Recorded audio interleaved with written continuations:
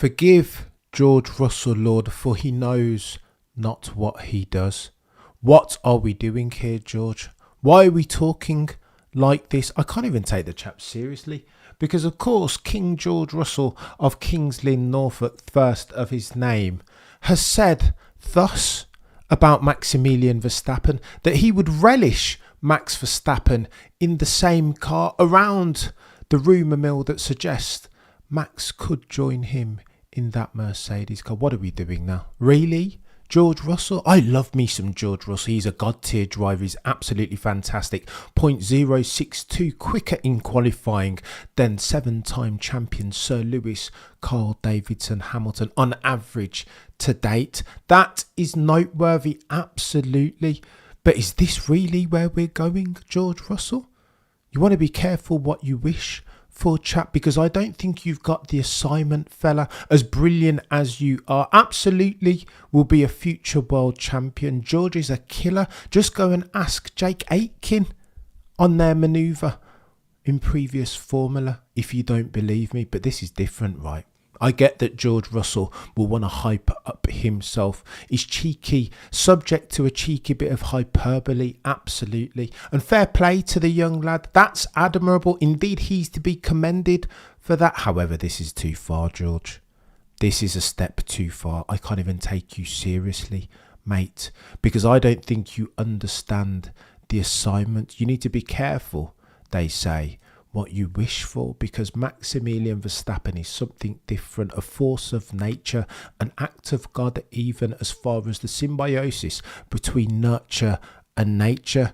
Some would say that nurture is the key part of the highest, the uppermost sporting endeavour. If you're talking achievement in motorsport or any other, you need natural talent. Lewis Hamilton is case in point on this, right? Born with this inherent feel that you can't bottle or sell, nor can you teach it. Hence why he's so brilliant on the brakes. Hence why he has this feel going into the corner combined entry, and why he can jump so early on combined exit on the throttle. That's something different, right? But how about when you get nurture combined with nature? This is bonkers now, and this surely is Maximilian Verstappen. Eddie Jordan, again, Jos Verstappen, F1 driver, drove Maximilian Verstappen to every single one of his kart races. What better stewardship could you want? What better teacher? If you're going on holiday with Michael Schumacher and you call him uncle, how much closer to the coalface can you get as far as becoming an F1 driver? Those are the people who taught Maximilian Verstappen all he knows. Jos Verstappen wasn't a brilliant F1 driver, but he was an F1 driver yet and still. Ergo, Maximilian's durable competitive advantage when we're comparing and contrasting him to the likes of Charles Leclerc, modern day Jean Alesi, to the likes of Lando Norris, and definitely to the likes of King George Russell of King's Lynn, Norfolk. What are we doing here? What are we doing, George? You got to take this seriously, chap. Just examine. And he's not even born to just one F1 driver. It is two. Here's why I say this. Because his mom too was an absolutely god tier peddler. Eddie Jordan, no less, said that Sophie Kumpen, Maximilian Verstappen's mother, could have been the first female F1 driver, not for want of talent, just for want of opportunity. She could have been that. That's exactly how good Maximilian Verstappen's mother was as a peddler. So what are we doing here? How do you counter for that level of nature? Both his parents were god tier peddlers, born F1 drivers, and that's what you want to bring into your team, George Russell. And as if that level of nature isn't enough, then you bake in nurture. All Max Verstappen does is race, both in real life and on the sim. And to both of those things, he's not half bad, is he?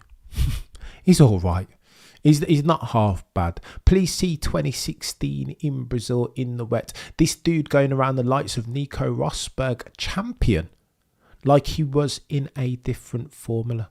Karting line settings. Such a brilliant drive that Niki Lauda, who at the time was working for a different team in Mercedes, took off his red cap. That tells you all you need to know. 2016, Brazil. He was young then. He just joined F1, 17, 18 years old. What are we doing? There is a brilliant book called Outliers by Malcolm Gladwell that talks about 10,000 hours worth of deliberate practice, that those are the building blocks for expertise level. Nobody's not going to tell me that Maximilian Verstappen didn't have 10,000 hours, younger than anybody else who has entered F1 as a driver. This, ladies and gents, as far as durable competitive advantage, is who we are talking about. This, King George Russell of King's Lynn, Norfolk, is who you are challenging, no, welcoming into the Mercedes team. It's brilliant. It's to be commended. But it is also foolish. Why would you do such a thing, George, whose record, by contrast, is sketchy? Okay, cool. So you're beating Lewis Hamilton, 7-time champion, but he is 39, soon to be 40 years old. Very different proposition from Maximilian Verstappen. A young, hungry lion, just like you, George Russell, in his prime, 25, 26, 27 years old. It's a different proposition.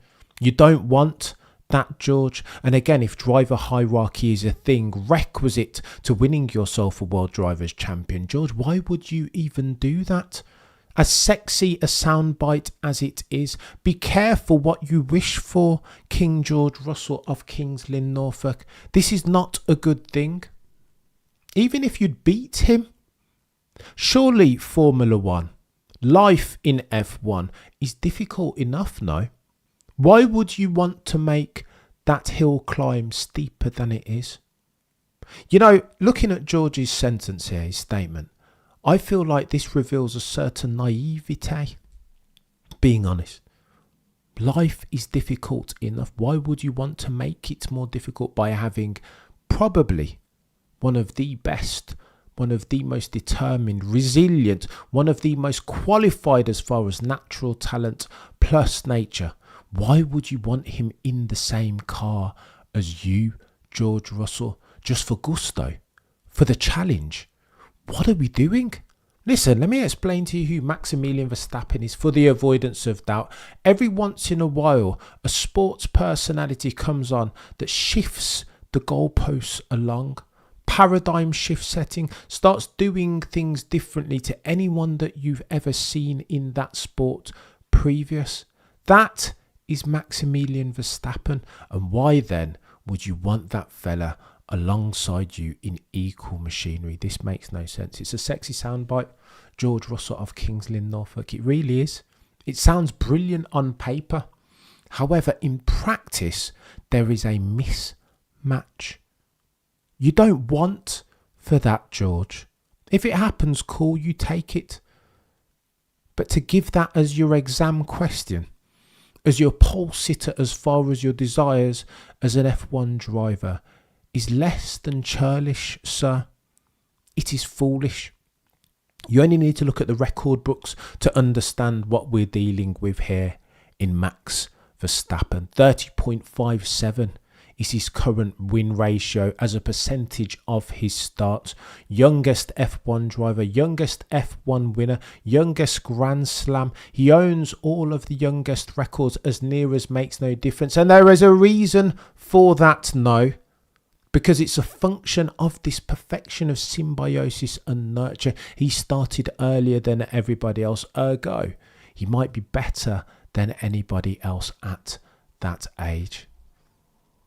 So I reiterate, King George Russell of King's Lynn, Norfolk, why would you wish that on anyone? Your worst enemy, even, let alone yourself. If agency is a thing, King George Russell of King's Lynn, Norfolk, and you harbour aspirations to win yourself a championship, then this is not the process.